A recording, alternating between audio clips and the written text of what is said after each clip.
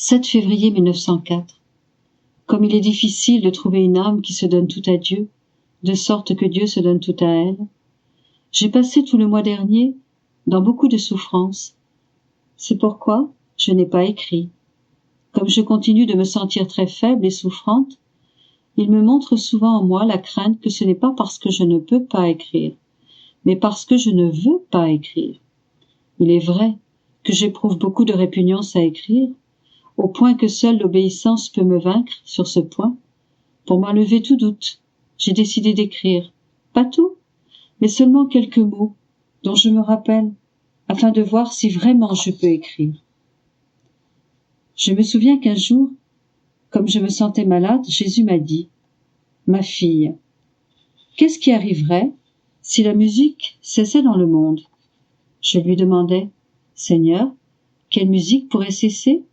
Il me dit « Ma bien-aimée, ta musique.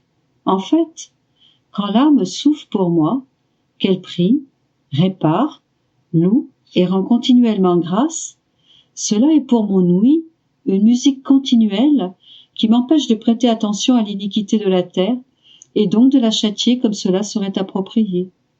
C'est aussi une musique pour les esprits humains, qui se détournent ainsi de faire des choses plus mauvaises. Si je t'enlevais de cette terre, ma musique ne cesserait-elle pas? Ça ne ferait pas de différence pour moi-même, parce que ce ne serait que son déplacement de la terre vers le ciel. Au lieu de l'avoir sur la terre, je l'aurais dans le ciel. Mais le monde, comment ferait-il? Je pensais. Ce sont ses habituels prétextes pour ne pas m'amener avec lui. Il y a dans le monde beaucoup de bonnes âmes qui font beaucoup pour Dieu. Moi, au milieu d'elles, est-ce que, peut-être, je n'occupe pas la dernière place? Pourtant, il dit que s'il m'amène avec lui, la musique cessera. Il y en a beaucoup qui lui font de la musique mieux que moi. Tandis que je réfléchissais ainsi, il est venu comme un éclair et il a ajouté « Ma fille, ce que tu dis est vrai, il y a beaucoup de bonnes âmes qui font beaucoup pour moi. Cependant, comme il est difficile d'en trouver une qui me donne tout pour que je puisse me donner totalement à elle, certaines conservent un peu d'amour-propre, un peu d'estime de soi, d'autres une affection particulière, ne serait-ce que pour une personne sainte, d'autres conservent une petite vanité, d'autres quelque attachement à la terre ou à leurs intérêts personnels. En somme, chaque âme conserve sa petite chose bien à elle, et, ainsi, ce qui me vient d'elle n'est pas entièrement divin. Sa musique n'est pas capable de produire ses effets pour mon ouïe et auprès des esprits humains. Par conséquent, les grandes choses que ces âmes font ne peuvent produire les mêmes effets et me plaire autant que les petits gestes de l'âme qui ne garde rien pour elle et se donne tout à moi.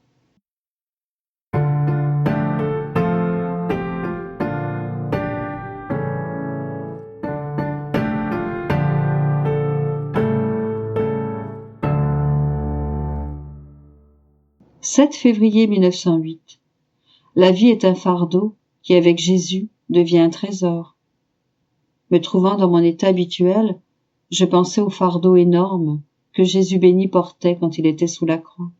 Et je me disais, Seigneur, la vie est également un fardeau, mais quel fardeau! Spécialement parce que toi, mon Dieu très haut, tu es très loin.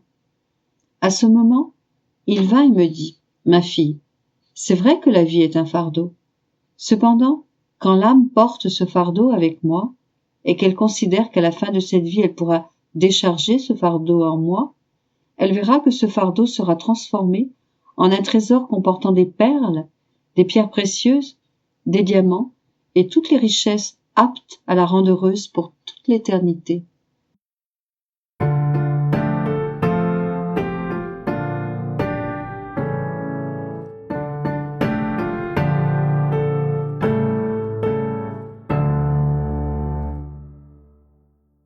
« 7 février 1926. Quand la divine volonté règne dans une âme, elle l'élève au-dessus de tout. Comme cette âme aime toutes les choses créées avec l'amour même de Dieu, elle devient possesseur et reine de toute la création. Je me fusionnais dans la divine volonté comme à l'accoutumée. Faisant mien l'éternel « Je t'aime » de mon doux Jésus, Je circulais dans la création en imprimant partout ce je t'aime, de sorte que toutes les choses créées vibrent au même refrain. Je t'aime, je t'aime, je t'aime, à l'adresse du Créateur. Pendant que je faisais cela, mon aimable Jésus sortit de mon intérieur et, me serrant sur son cœur, il me dit avec tendresse: Ma fille, comme sont beaux ces je t'aime adressés au Créateur par une personne qui vit dans ma volonté. Par ces je t'aime, je reçois un retour d'amour de la part de toutes les choses créées pour tout ce que j'ai fait. Et puisqu'aimer signifie posséder ce qui est aimé, tu possèdes toute la création, puisqu'elle est mienne, et que je te la laisse aimer. Tes je t'aime imprimés partout constituent ton sceau de possession. Se sentant aimées, les choses créées reconnaissent la personne qui les aime. Elles font la fête et se donnent à elle. Régnant en cette personne, ma volonté confirme ce don. Quand deux personnes possèdent un même objet, un accord parfait doit régner entre elles, sur la manière de disposer de l'objet. Oh, comme ma volonté régnant en cette personne l'élève au-dessus de tout. Aimant toutes les choses créées avec l'amour de Dieu, elle devient propriétaire et reine de toute la création. Ma fille, c'est dans cet heureux état que l'homme a été créé. Ma volonté voulait qu'il ait tout pour être à la ressemblance de son Créateur. Et je veux que tu sois dans cet état. Par conséquent, je ne veux pas de division entre toi et moi, ni que ce qui est mien ne soit pas tien. C'est pourquoi je veux que tu connaisses tout ce qui est mien. Et comme tu aimes toutes les choses et fais couler sur chacune tes je t'aime, toute la création te reconnaît. Elle sent en toi l'écho des débuts de l'humanité, et dans sa joie, elle veut être possédée par toi. Je me comporte vis-à-vis de toi comme un roi qui est méprisé et offensé par ses sujets qui ne veulent plus se soumettre à ses lois. S'ils observent certaines lois, c'est par la force et non par amour. Ainsi, le pauvre roi est contraint de vivre retiré dans son palais, privé de l'amour de ses sujets et de leur soumission à sa volonté. Cependant, un de ses sujets fait exception. Il est totalement loyal envers le roi, totalement soumis à sa volonté. Il pleure et répare pour les volontés rebelles de ses concitoyens et fait tout pour que le roi trouve en lui tout ce qu'il devrait trouver chez ses autres sujets. Le roi est porté à aimer cette personne.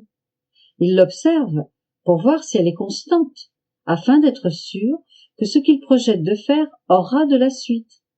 En effet, se sacrifier et faire le bien pendant un jour est facile, mais le faire pendant toute sa vie est autrement plus difficile. Si cela arrive, c'est que la personne est habitée par une vertu divine. Quand le roi est sûr de cette personne, il la fait venir dans son palais et lui donne tout ce qu'il aurait voulu pouvoir donner à tous ses sujets. En ignorant les autres, il fait naître d'elle une nouvelle génération dont les membres n'auront d'autre ambition que de vivre de sa volonté et de lui être totalement soumis comme des enfants nés de son sein. Ma fille, ne trouves-tu pas que c'est ce que je suis en train de faire avec toi? Mes continuelles invitations à vivre dans ma volonté, pour que non pas ta volonté mais la mienne vive en toi, et mon ardent désir de voir couler partout dans la création tes je t'aime, tes actes d'adoration, et tes actes de réparation à l'endroit du Créateur au nom de tous les hommes, du premier qui est venu sur la terre au dernier à y venir, n'indique-t-il pas clairement que je veux tout de toi pour pouvoir tout te donner, et que t'élevant au-dessus de tout, je veux que ma volonté soit restaurée en toi, toute belle et triomphante, comme au début de l'humanité? Les créatures ont rejeté ma volonté, bien qu'à l'origine elle vivait en elles. Bien que rejetée, ma volonté ne s'est pourtant pas complètement retirée, et veut retrouver son espace de vie dans les créatures. Ne veux-tu pas être son premier petit espace de vie? Alors, sois attentive. Si tu veux faire une chose, ne la fais pas par toi-même, mais demande à ma volonté de la faire à ta place. En fait, si tu la fais par toi-même, elle sonnera faux. Et si c'est ma volonté qui l'a fait, elle sonnera juste. Elle sera en harmonie avec le ciel, elle sera soutenue par la grâce et la puissance divine, elle sera le résultat de l'opération du Créateur en la créature, elle aura une fragrance divine, elle embrassera toutes les créatures d'un seul embrassement, et tous ressentiront en elle l'action bénéfique du Créateur au milieu des créatures.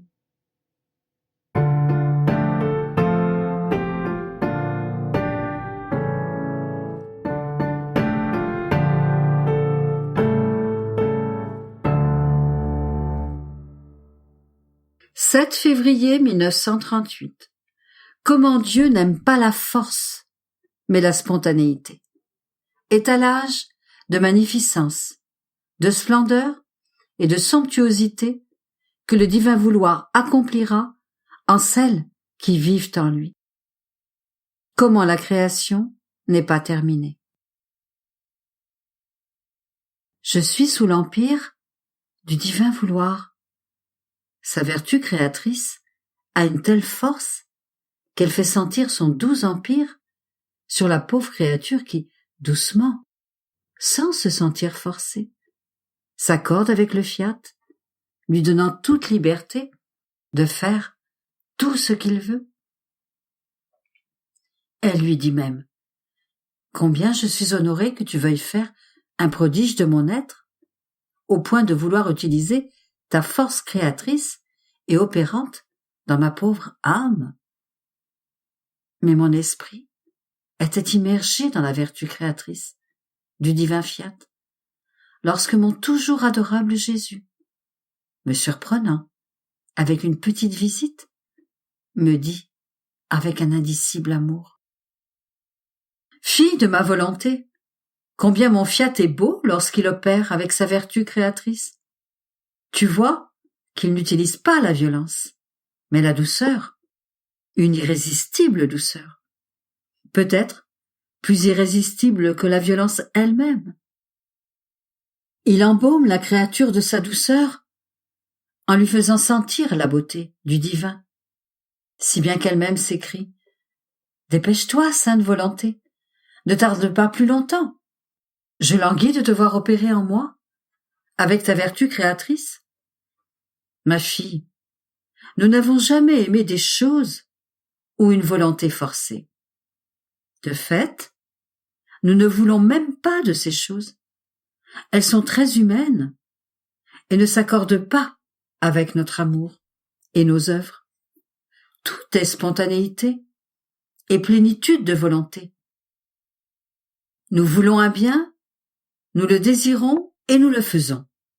Et nous le faisons avec une telle plénitude d'amour et de grâce que personne ne peut nous égaler, au point que, si nous ne voyons pas de spontanéité et de désir de recevoir le bien que nous voulons faire dans la créature, nous ne faisons rien. Tout au plus, nous attendons, en lui faisant entendre nos soupirs, notre impatience anxieuse, mais nous n'agissons pas avant de l'avoir disposé, avec amour, à recevoir l'œuvre de son Créateur. Tu dois savoir que la vie de notre volonté continue à grandir dans la créature avec chaque acte qu'elle accomplit en elle. Et lorsqu'elle atteint la plénitude où tout en elle est ma volonté, nous commençons à déployer notre amour et nos grâces, afin qu'à chaque instant, nous lui donnions un amour nouveau et de nouvelles grâces surprenantes. Nous manifestons notre pompe divine ainsi que la magnificence et la splendeur de nos stratagèmes d'amour. Tout ce que nous lui faisons porte la marque de la générosité de son Créateur. Lorsque l'âme est remplie de notre divin vouloir, nous ne ménageons rien.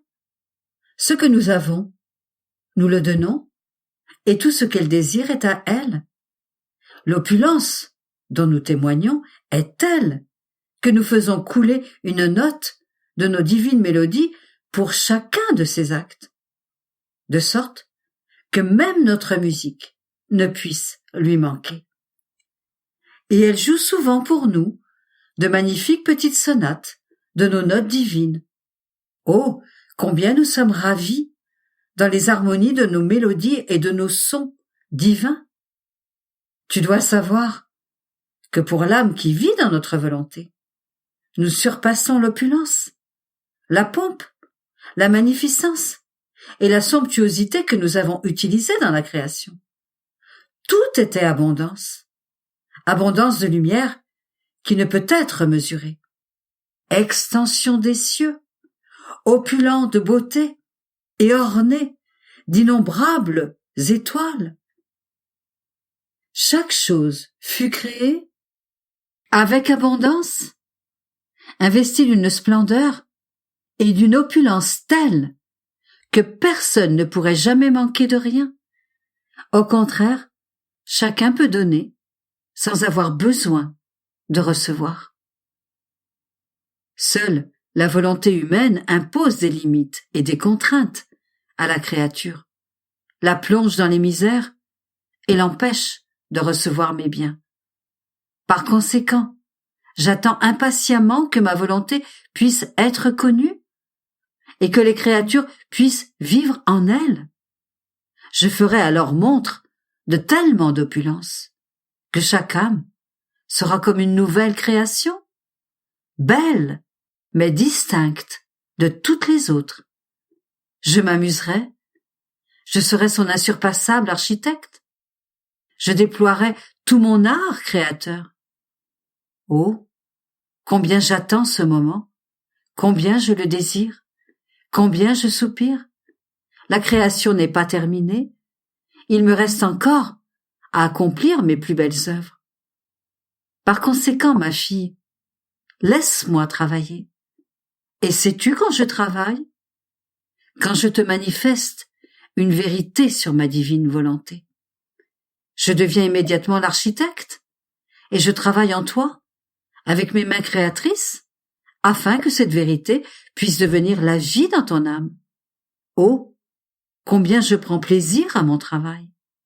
L'âme devient comme une cire malléable dans ma main, pour être formée dans la vie que je veux. Par conséquent, sois attentive et laisse-moi faire.